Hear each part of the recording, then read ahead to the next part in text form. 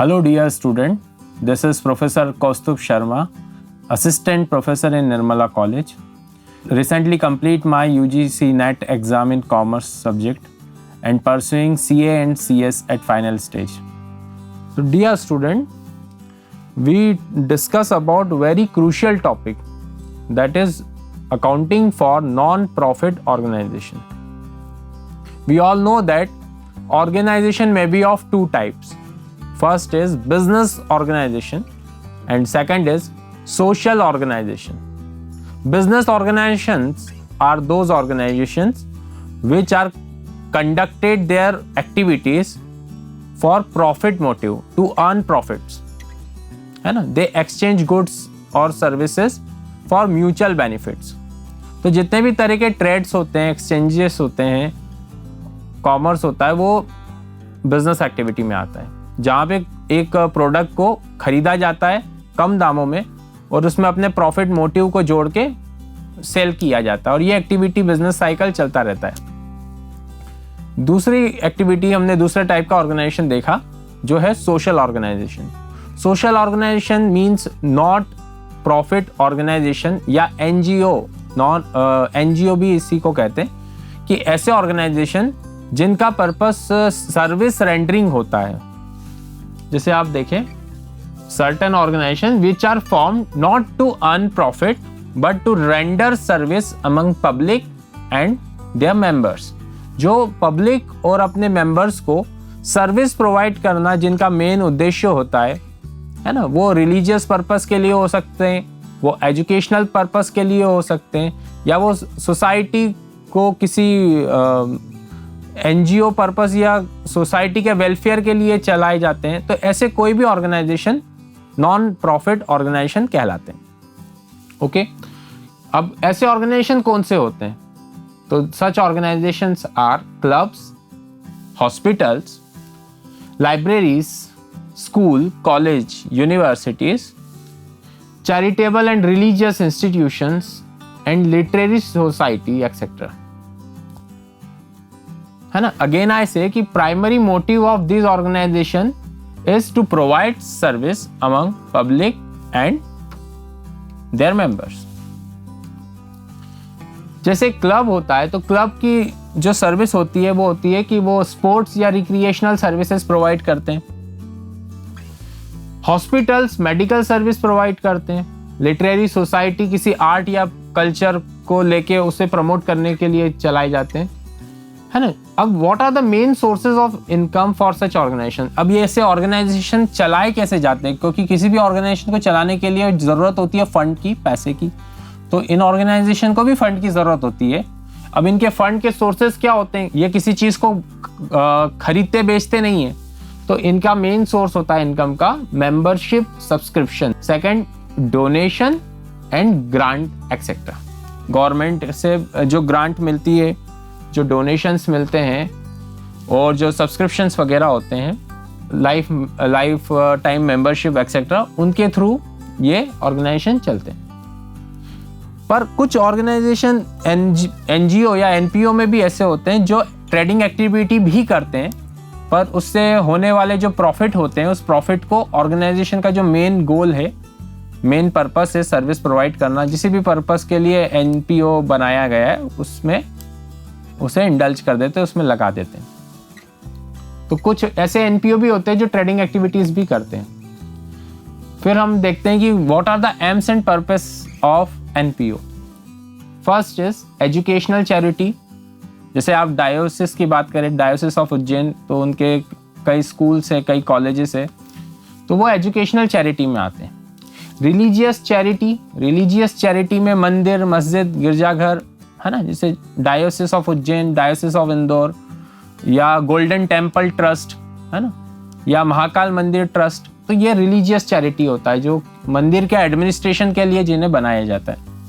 उन्हें भी अकाउंटिंग की जरूरत होती है to provide social, educational and economical empowerment to women, homeless, old aged people and children. तो ऐसे कोई ऑर्गेनाइजेशन, जैसे आमिर खान का एक ऑर्गेनाइजेशन है पानी फाउंडेशन, तो वो भी एनपीओ में आता है. To mentor and provide guidance to youth. Youth को गाइडेंस प्रोवाइड करना, एक ये एम भी हो सकता है, या इन्वायरमेंटल प्रोटेक्शन करना और सस्टेनेबल डेवलपमेंट के लिए इन्वायरमेंट को प्रोटेक्ट करना, प्रिजर्व करना, एक एम ये भी हो सकता है। इसी तरह के सोशल मोटिव्स को लेके चला जाता है और एनपीओ उनके लिए काम करते हैं। आगे हम देखेंगे कि अकाउंटिंग कैसे की जाए, how to prepare account for NPOs, non profit organisations के अकाउंट को कैसे प्रिपेयर किया जाए। As we all know that कि not for profit organisation do not trade in goods, है ना। कुछ ऑर्गेनाइजेशन जो होते हैं एनजीओ, वो गुड्स में ट्रेड नहीं करते, वो गुड्स को सेल नहीं करते, रीसेल नहीं करते और प्रॉफिट मोटिव के लिए सर्विस प्रोवाइड नहीं करते। फिर भी उन्हें अपनी इनकम्स को, एक्सपेंसेस को, अपनी स्टेट को रिकॉर्ड करने की जरूरत होती है, अपनी लाइबिलिटीज, इन सभी को रिकॉर्ड करने की जरूरत होती है, ताकि वो अपने जिस भी पर्पस के लिए अपने बिजनेस को, अपने ऑर्गेनाइजेशन को चला रहे हैं, उसे आगे बढ़ा सके और उसके प्रॉपर अकाउंट मेंटेन इसलिए किए जाते हैं। दूसरा कारण ये भी होता है कि गवर्नमेंट जो ग्रांट प्रोवाइड करती है वो भी ऑर्गेनाइजेशन के अकाउंट्स को चेक करना चाहती है, उनके ऑडिट की ज़रूरत होती है, तो इस पर्पस से भी एनपीओ की अकाउंटिंग की जाती है। इसके बाद हम देखें कि they need to keep proper books, firstly because they accountable to their member and contributors. उनके मेंबर और कॉन्ट्रीब्यूटर को लेके जो ऑर्गेनाइजेशन होता है वो अकाउंटेबल होता है, उनके लिए उनका उत्तरदायित्व बनता है कि वो क्या अकाउंटिंग अपने अकाउंट्स को ट्रू और फेयर मैनर में रख रहे हैं कि नहीं, इसलिए उनको अकाउंटिंग करनी पड़ती है। सेकंड रीज़न इज लॉ, कि लॉ ऑफ लैंड के कारण प्रॉपर अकाउंट मेंटेन करना पड़ते हैं ताकि गवर्नमेंट ग्रांट के ऊपर पूरा कंट्रोल कर सके। फिर प्रॉपर अकाउंटिंग करने से जो फ्रॉड्स और एरर्स होते हैं उसके रिस्क भी कम हो जाते हैं। It reduce the risk of frauds and embezzlements. In addition to ledger and cash book, they also required to maintain stock register. Ledger और कैश बुक के साथ साथ, लेजर और कैश बुक तो ये मेंटेन करते ही हैं, साथ ही साथ अपने स्टॉक की भी रिकॉर्डिंग करते हैं, स्टॉक रजिस्टर को भी ये मेंटेन करके रखते हैं। स्टॉक रजिस्टर के अलावा अपनी फिक्स्ड असेट्स और कंज्यूमेबल को भी ये रिकॉर्ड करते हैं। मतलब अकाउंटिंग में मेन बुक्स क्या रखी जाएगी, तो ledgers, cash book, stock register and fixed asset registers, ये मेजर बुक्स होती है जो इन्हें रखनी होती है। इसके अलावा non profit organisation has to prepare final accounts और फाइनेंशियल स्टेटमेंट्स। फाइनेंशियल स्टेटमेंट और फाइनल अकाउंट भी इन्हें प्रिपेयर करना होता है। अब फाइनल अकाउंट्स में इन्हें 3 चीजें बनानी होती है, 3 स्टेटमेंट्स और अकाउंट्स बनाने होते हैं। First is receipt and payment account. Receipt and payment account जो हम इन डिटेल बाद में पढ़ेंगे, है ना। It is real account, it is a type of real account, और जितने भी कैश रिसीट्स एंड पेमेंट्स होते हैं उनको ये रिकॉर्ड करता है, लाइक कैश बुक। तो पहला होता है receipt and payment account. Second is income and expenditure account. चूंकि ये अपने प्रोडक्ट को सेल नहीं करते हैं, ये किसी प्रॉफिट पर्पस के लिए अपने गुड्स को एक्सचेंज नहीं करते हैं, इस कारण इनको प्रॉफिट या लॉस नहीं होता है। तो गवर्नमेंट के जो रूल्स रेगुलेशंस है, कंपनी अकाउंटिंग स्टैंडर्ड्स है, कंपनी एक्ट के द्वारा जो बताए गए हैं, उनके हिसाब से इन्हें P&L अकाउंट बनाने की इजाज़त नहीं होती, क्योंकि ये अपने गुड्स को ट्रेड नहीं करती, ये ट्रेडिंग एक्टिविटी में शामिल नहीं होते हैं। इस कारण ये बनाते हैं इनकम एंड एक्सपेंडिचर अकाउंट। तो P&L अकाउंट की जगह ये बनाएंगे, प्रॉफिट एंड लॉस अकाउंट की जगह इनको बनाना होता है इनकम एंड एक्सपेंडिचर अकाउंट। पर इसका पर्पस वही होता है कि प्रॉफिटेबिलिटी या सरप्लस कितना हो रहा है या डेफिसिट कितना हो रहा है एक्टिविटीज से साल भर में, वो पता करना है एनपीओ को, ऑर्गेनाइजेशन को कितने प्रॉफिट या कितने लॉस हुआ ये पता करना।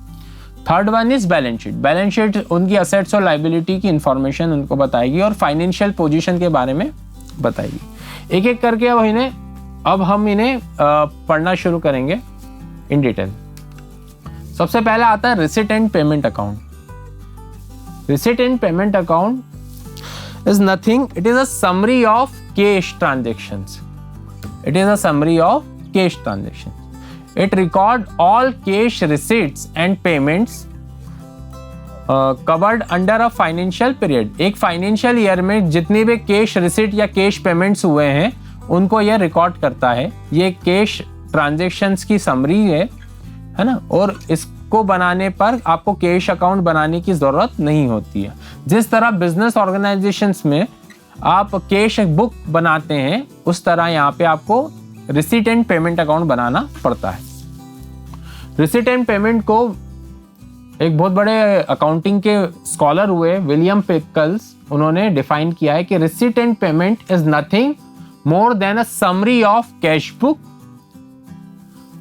over a certain period, analyzed and classified under suitable headings.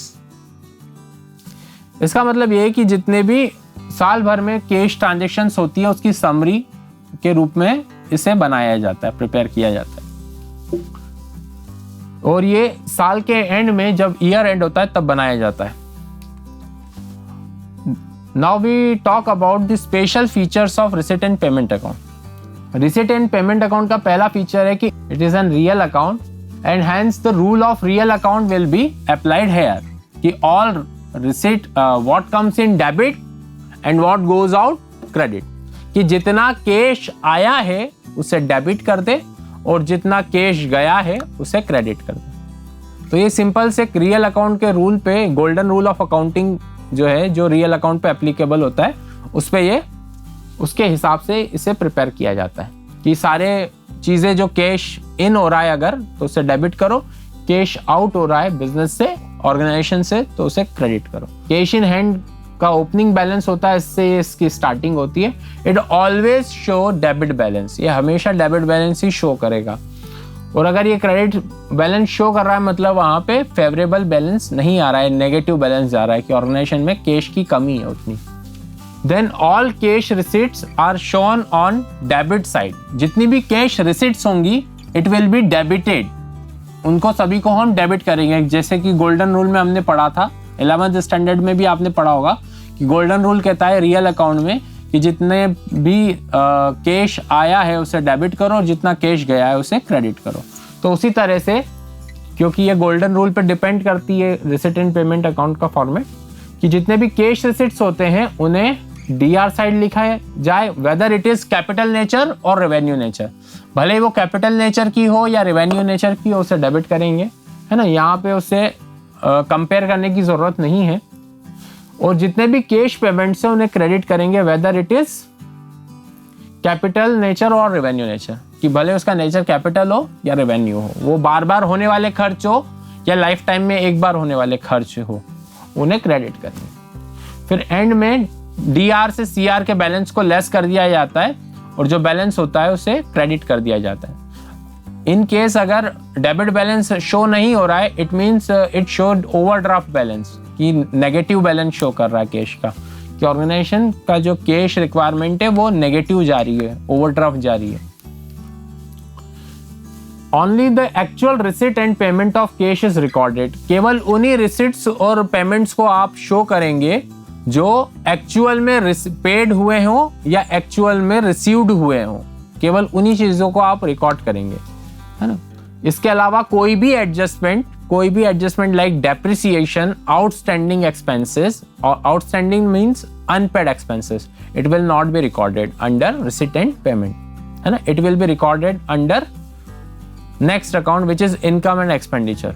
तो इनकम एक्सपेंडिचर में उसको रिकॉर्ड करेंगे, इधर इसको रिकॉर्ड करने की जरूरत नहीं है। No adjustment will be made in receipt and payment account.